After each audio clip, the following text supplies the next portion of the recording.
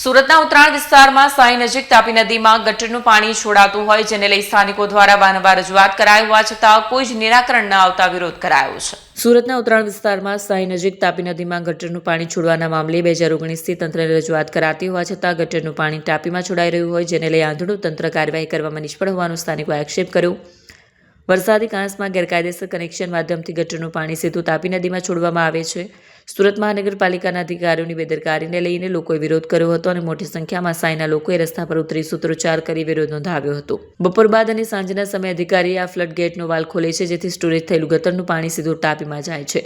ઇન્દોરમાં સર્જાયેલી સમસ્યા ગટરના પાણીના કારણે સુરતમાં સર્જાશે, જવાબદાર કોણ તેવા સવાલો ઊભા થયા છે। ત્યારે તાપી નદીને બચાવવા માટે અને ગેરકાયદેસર કનેક્શનનો સામે કાર્યવાહી માટે લોકો રસ્તા પર ઉતર્યા હતા। મારું નામ રમેશભાઈ ઠુમર છે।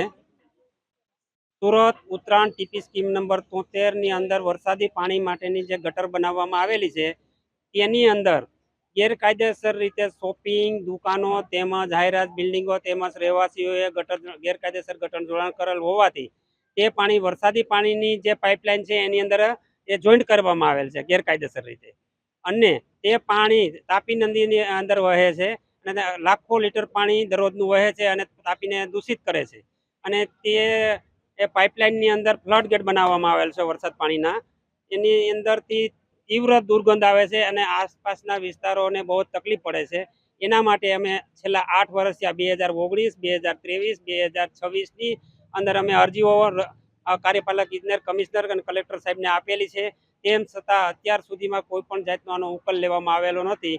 તો આ દૂષિત થતી તાપી નદીનો જે ઇન્દોર જેવી ઘટના ન બને તે માટે અમે વિનંતી કરીએ છીએ અને તીવ્ર દુર્ગંધ અને જે દૂષિત તાપી થાય છે તેને તાત્કાલિક ધોરણે દૂર કરવું જોઈએ।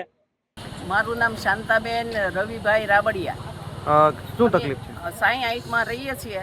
અહીંયા જે ગટર તમે 5-6 વર્ષ પહેલાં બનાવી છે એને પાણી નિકાલ માટે બનાવી હતી, અત્યારે બધી રેસિડેન્ટ ગટર અંદર ભેળવી દીધી છે અને એની તીવ્ર દુર્ગંધ આવે છે। તો એનો કંઈક સોલ્યુશન લાવો, તમારે એટલું નથી નવરાઈ મળતી, અમારે ક્યાં સુધી આ બધું સહન કરવાનું રહે? એટલે એ વહેલી તકે આનું નિકાલ લાવી દો। કેવી તકલીફો પડે અહીંયા? કેટલી તકલીફો પડે છે? તકલીફ એટલી દુર્ગંધ આવે છે કે આમાં આ બાજુ હલાતું નથી, એટલી દુર્ગંધ આવે છે। એમાંય તે બપોર પછીની દુર્ગંધ તો બહુ સખત આવે છે। અધિકારીને શું કહેશો? હા, અધિકારીને શું કહેશો? હા, એને જગાડવાના છે। જો ઊંઘી ગયા હોય તો વહેલી તકે જાગો, નકર વોટ ઉઘરાવા આવશો ને તઈ તમને જગાડશું।